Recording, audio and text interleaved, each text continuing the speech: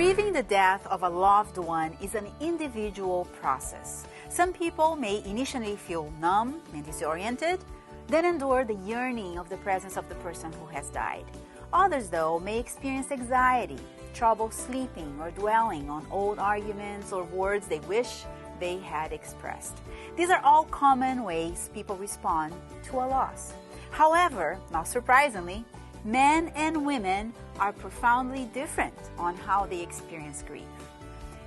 Why? How are we different? We are speaking up about grief and loss. So, it's actually you heavy. think it's true? Men and women are different? It's true. Totally. And we respond two different ways. Yeah. That actually brings me to a story about about my father's experience. It was way back when I was in college. He lost his family. Actually, both his parents and a sister. They lost them in a flash flood.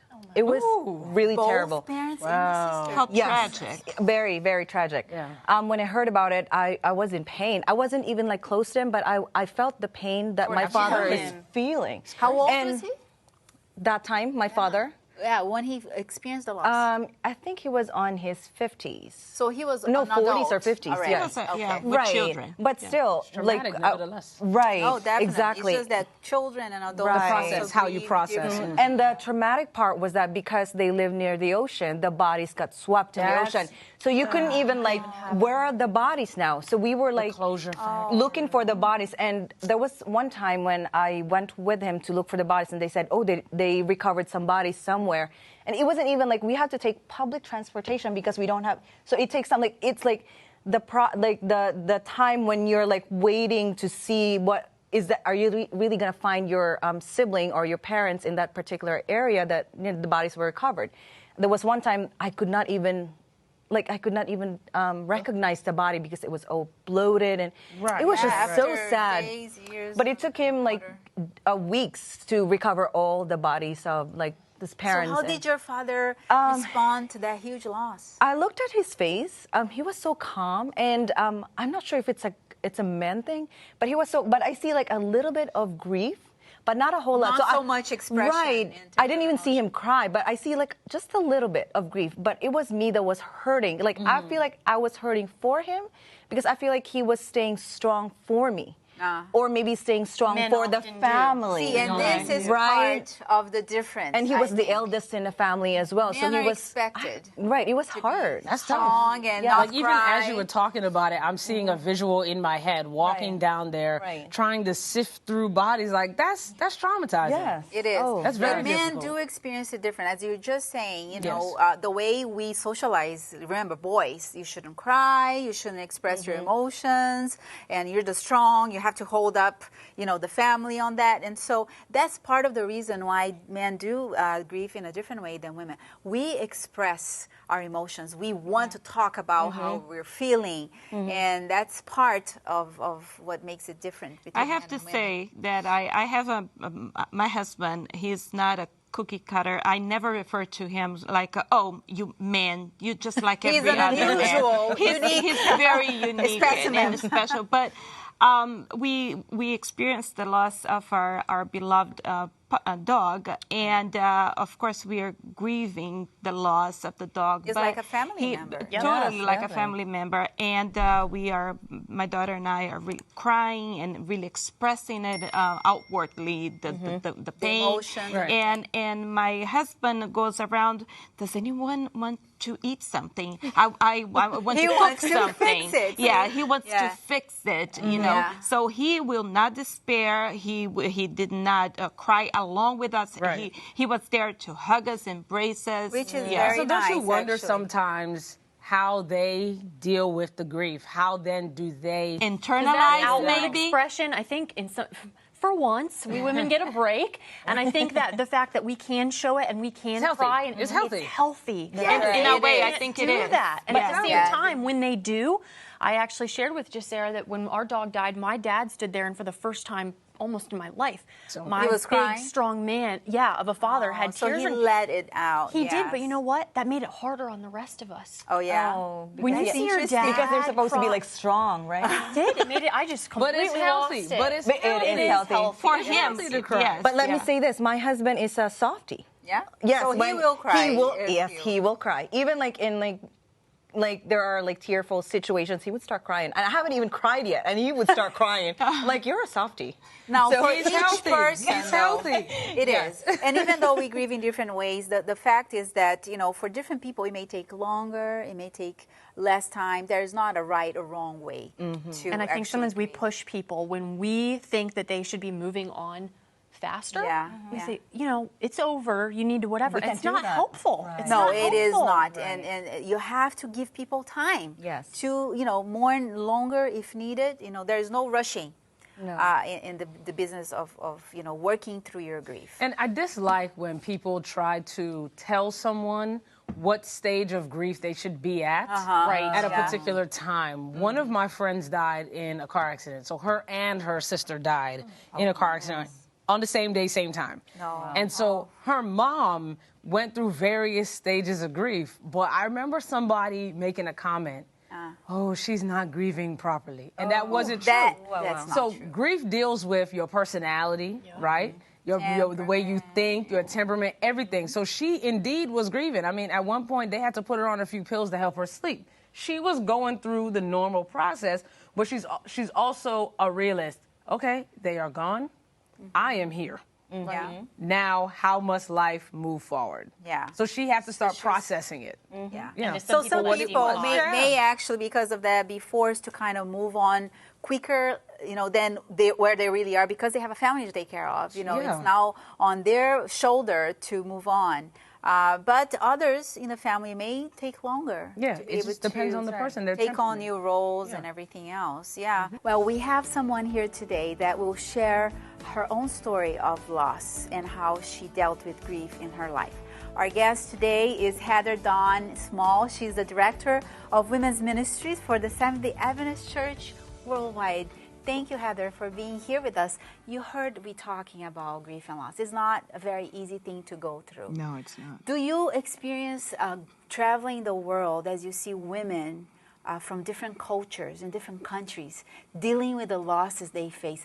Do you see differences in how they grieve, or is that like a common thread among women in general? One of the things I say to my sisters when I travel is, as different as we may be culturally, language, the foods we eat, we cry the same, we laugh the same. And basically, it is the same.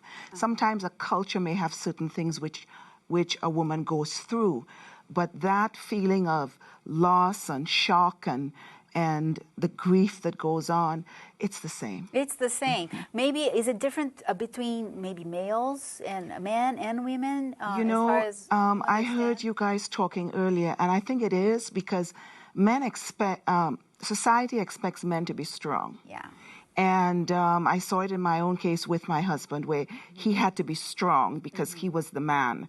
Yeah. And he wasn't allowed to grieve when I was grieving. And I think that happens to most men.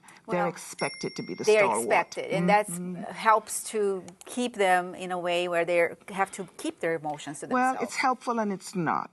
Yeah. Yeah, but, it's got two sides. Yeah, that's true. So we'll talk more about that, and we want to hear your story. We will take a break, and when we come back, Heather Dawn will share her personal story of grief and how God helped her through that process. And my SpeakUp friends will join me for that. We'll be right back. We are speaking up about grief, and Heather Dawn is here with us to share her own personal journey through the loss. Can you tell us a little bit about your experience? I know you mentioned earlier, and we would like to hear. It's probably not easy to share. But my first son, Joseph Jr., after his dad, we called him Joey.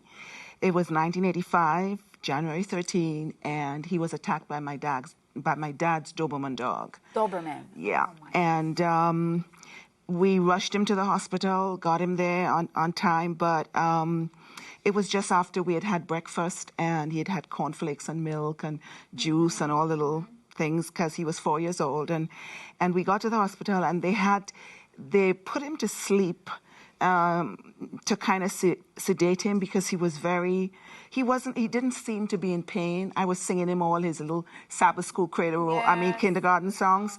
But he was kind of fidgety, but they didn't ask whether he had eaten. And so when they put him in that sleep state, the food went into his lungs, he stopped breathing. Right. They rushed him to the surgery. And so we were there for maybe about 30 minutes where they kept going back and forth to tell us they had got him breathing again. He was doing okay.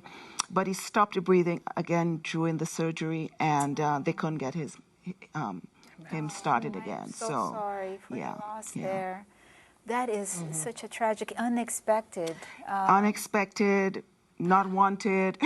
Right. Yeah. So what was your immediate reaction to that? I mean, what kinds of, I cannot imagine. Oh, my goodness. What kinds of feelings. I could still see it today. I was in the hospital when the doctor came in, and he said he kept coming to check with us every, 4 or 5 minutes. He would come outside and say everything's okay, and he'd try to calm us down, make sure everything. And I remember my husband, they had put us in an empty room. My husband was by the bed kneeling down praying and just asking God, spare his son, take his life instead. And then after a while, the doctor hadn't come for about 10 minutes or so. And then when he did come, he came and he told us. And I remember my emotions went from 0 to 100. I mean, I could feel that scream coming. And then all of a sudden, it was just like something just covered it down. And I just went very calm. I didn't scream. I didn't anything. I just went very calm. And I said, I want to see my son. Mercy. And they took me into the surgery. He was all cleaned up and everything. And I went in and I saw him and touched him and said, I'll see you when Jesus comes. And but I know the first few days I was in shock. Which is a normal reaction. Shock. Yes, for yes. the grief. Couldn't believe it. To me, it took weeks before I could accept that it had happened. Because you keep going through that. Did this really happen? You wake up in the morning. Did this happen? No, it couldn't. And then you go through the anger. And did you question God through that anger phase? At that time, no. You know what was so interesting? My grief was sabotaged. I had well-meaning sisters in the church who on the day of the funeral and afterwards people were coming home, kept saying to me, the Lord gives, the Lord takes away. Okay, that's another verse to use. And that verse at the wrong time. Right. Yeah, right. and so everything they said to me was, don't grieve, because if you grieve, you're denying God. Help me. No. See, that is a misconception that many people have. It definitely As is. if when you're sad because you lost someone, you're somehow denying your faith. Hey, Jesus that wept. is not. Jesus wept. Exactly. I was 25, and so I thought, okay, and I remember the week after he died, I gave away all his stuff. Mercy. I called his little friends in, gave all his Christmas toys, because that was a month after Christmas. I gave everything away. I kept maybe, and it was by accident. I didn't plan on it, but accidentally I kept a little hat and his favorite storybook, which was The Little Engine That Could. And I gave everything away. And I regretted that for so many years, that I had not deliberately kept something of his. Because that is one of the things you can do to kind of, bring your mind back to remember things that... And I just kind of bounced back into life. My husband and I didn't talk about it. Some months after the accident, I remember coming and meeting my husband crying. And it was because he had held it in so long. And he had to witness the autopsy. And so all of that he was stuffing down, and he just couldn't stuff it anymore. So he just broke down. But we connected with God in a very real way during that time. I think for the first time, I know, for the first time in my life, I began a real relationship with God. And then I shared that with my husband. And I had grown up in the church. But 13 years after that incident happened, something happened that just threw me right back. And all my anger, because even though I was angry with God, I stuffed that down. But all my anger with God came back. It was 13 years down the road.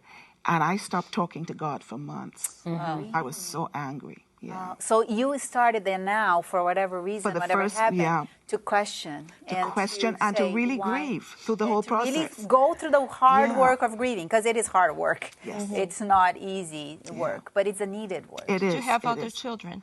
I had a little daughter who was 2. He was 4. She was 2. And I know it was very difficult for her because he was her favorite. You know, it was just 2 of them, and he loved her to death. There was nothing she could do wrong, even though she was the most mischievous little thing. And every day she would ask me, when is Joey coming home? When is Joey coming home? And then one day, you know, I would try to explain to her, because they didn't let her go see the funeral. When we got there, somebody took her from me. So she didn't have any closure whatsoever. No. She didn't go to the cemetery, anything. And one day I saw her with a little brown paper bag. And I said, what are you doing? She says, I'm going to live with Joey. And she had stuffed some of her clothes in it. I thought, okay, that's it. And I just picked her up, took her in the car, went to the cemetery, and took a sketch pad with me and just sat her down on the gravestone right next to where he was. I'm sorry that I desecrated somebody's gravestone, but sat her down with a little, you know, and I began to draw pictures and explain it to her. And I didn't know she knew until it seemed as though because she's 2, so I'm not sure what she's understanding. But a few days after that, her father killed a bug outside in the yard. He stepped on it, and she was right there with him. And when he stepped on it, she looked at it and she said, bug dead? And her father said yes. And then she looked at me, she said, Joey dead? And I said yes. And that was it. So she got it. She got it at that point. But the way, see, that tells you that, taking that time to really explain to children, you know, oftentimes families and parents want to shield them from going through, but that is not helpful for No, it isn't. It really There's isn't. always child-appropriate ways to share stuff. Yeah. I mean, because we all have to process something. The way you would explain it to an adult isn't the way you explain it to a 4 or 5-year-old, but there's a way to do it. It helps with the process of understanding and the closure that's necessary. Do you feel that, is there anything called closure to this, or this is still an ongoing process to the grief process? Most of the time, I'm okay. I used to think about him every day.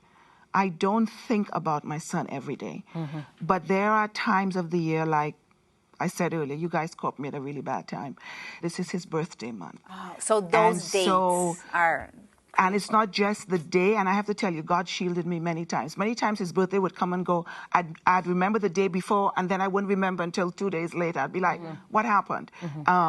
But those are times that are difficult. The time of his death, still is. But it still brings you to think about him, and to, how do you see it? Do you celebrate the good that you had with him? I celebrate the good, and I always remember, you know, his favorite Bible story was Jesus' second coming. And every night when we would get ready for bed, no matter what story I told him, he always wanted to hear Jesus' second coming.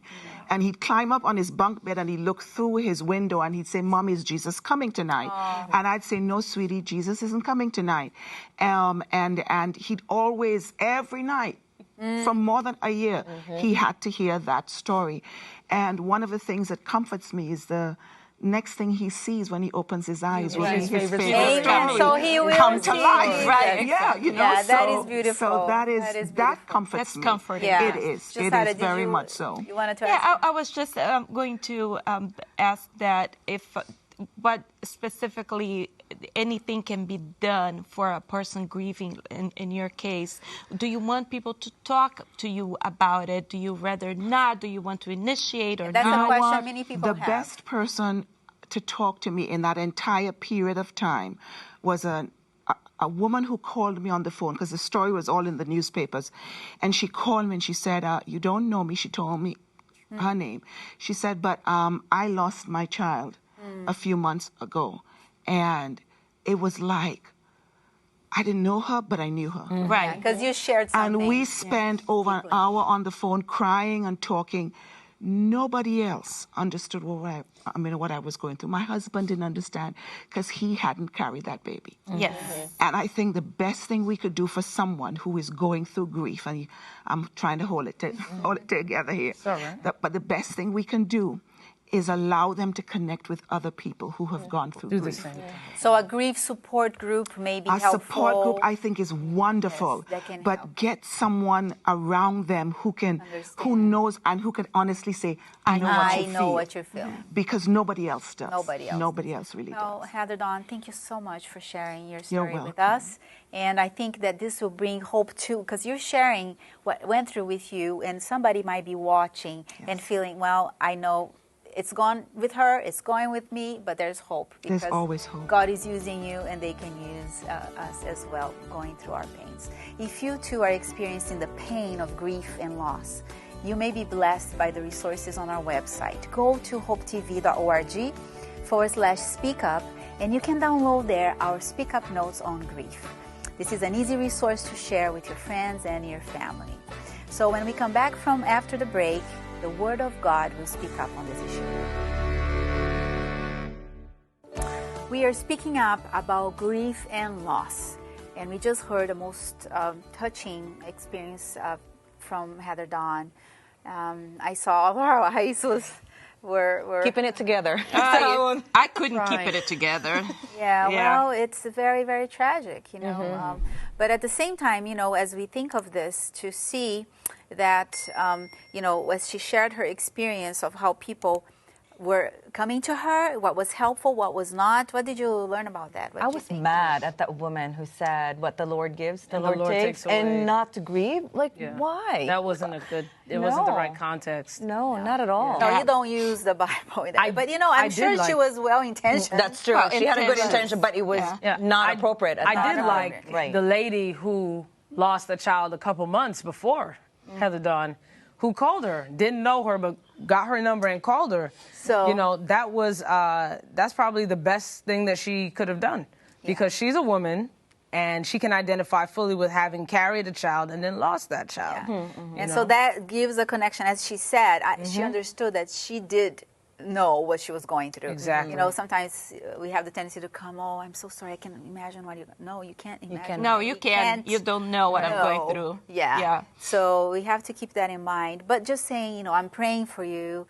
I am, you know, here for you. And there are some things that we can do, you know, to be helpful. Imagine that when you're going through something like that and all the different responsibilities at home, if you offer yourself to help, maybe I can pick up your groceries. Maybe I can cook you a meal. Maybe I can do, you know, some more practical things that we can also do. Because that kind of grief, it's almost like specialized grief. You know, it's wicked. My sister lost her first son. She birthed her son early, like at 4 or 5 months. And so he died. That kind of grief, I mean, I've seen my sister through many phases of life. Real excited, real sad.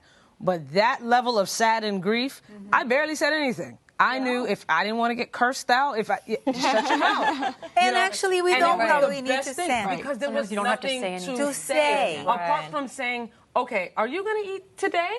Right. No, not right now. Okay. No problem. I'll be back in maybe 4 hours and ask you again. You know, didn't try to force her or nothing like that. Now, it got to certain points where I was like, oh, nah, it's time to go bathe. Or, you're going to come for a ride in the car. We didn't have to talk. Yeah. Like when we picked her up, my brother and I picked her up from the hospital after her loss to go home. Nobody said anything in the car from Silver Spring to Hyattsville, not one word. Yeah. And that was okay. Yeah. It's like we have to know how to touch people, how to meet people's need the appropriate way. Exactly. Sometimes we're afraid the person doesn't want to talk about it, but sometimes it's quite the contrary. You know, they want to share what they're going through. So ask. So we can ask. Do you want to talk about it? Right. Do you want to Don't share assume. what are you feeling? And some people, you know, even years later, they find it helpful that you ask about and you say the person's name and you allow them to remember and to talk about the person that was so important in their life. That actually reminds me, my husband, when I went through my second miscarriage, I was really hurting. And I think he was staying strong for me. And so I could relate, but after that second miscarriage, all he said, do you want to go shopping? So that kind of like, it was like ways distracting. Like it distracted because it was at that point where we were moving to another house. So it was like, okay, this is time to go shopping. Let's go shop for furniture. And that helped me. But he knows you. But he knows you. And what would work. He I think knew. we have to be careful if we're kind of outside of the situation, what we suggest. If you know the person and what you think is going to help them, then you can suggest that. But the other thing is, Heather Dawn said it was 13 years later and that I found myself grieving.